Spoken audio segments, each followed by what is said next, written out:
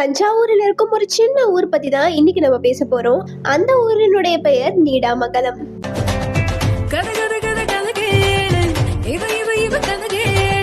திருவாரூர் மாவட்டம் காவேரி டெல்டாவின் பலமான பகுதியில அமைந்திருக்க நீடாமங்கலம் தஞ்சாவூரை ரைஸ் பவுல் ஆஃப் இந்தியான்னு சொல்றதுக்கான முக்கியமான காரணங்கள்ல இருக்கும் ஊரா இதுவும் இருக்கு. இங்க என்னென்னலாம் பிரபலம் அப்படின்னு கேட்டீங்கன்னா, இங்க அமைந்துள்ள ஸ்ரீ சந்தான ராமசுவாமி கோவில். இந்த கோவிலுக்கு மெயினா யார் வருவாங்கன்னா, குழந்தை பெற வேண்டி இருக்கும் பக்தர்கள் வந்துட்டு இங்க வந்து சந்தான கோபாலருக்கு வந்துட்டு வெள்ளி தொட்டில் தூக்கி ஒரு பரிகாரம் மாதிரி செய்வாங்களாம். அது வந்துட்டு இங்க ரொம்ப சிறப்பா வந்து சொல்லப்படுது.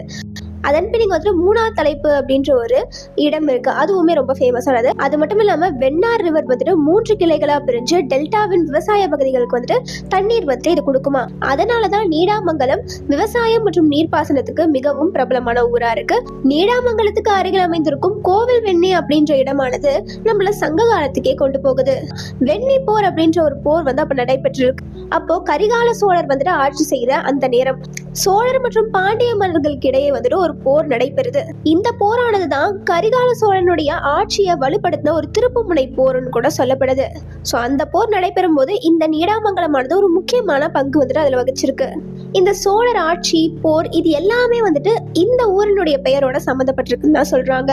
அதாவது இந்த ஊருக்கு வந்துட்டு நீடாமங்கலம்னு எப்படி பெயர் வந்ததுன்னு பாத்தீங்கன்னா, சோழர் காலத்துல இந்த ஊருக்கு வந்துட்டு நீராடு மங்கலம் அப்படின்னு தான் பெயர் இருந்தது. அந்த நீராடு மங்கலம் தான் காலப்போக்குல நீடாமங்கலம் ஆச்சு அப்படின்னு சொல்லப்படுது. அது மட்டும் இல்லாம 18ஆம் 19ஆம் நூற்றாண்டினுடைய ரெக்கார்ட் படி இந்த ஊரினுடைய பெயர் வந்துட்டு யமுனாம்பால்புரம் அப்படின்னு சொல்லப்பட்டிருக்கு.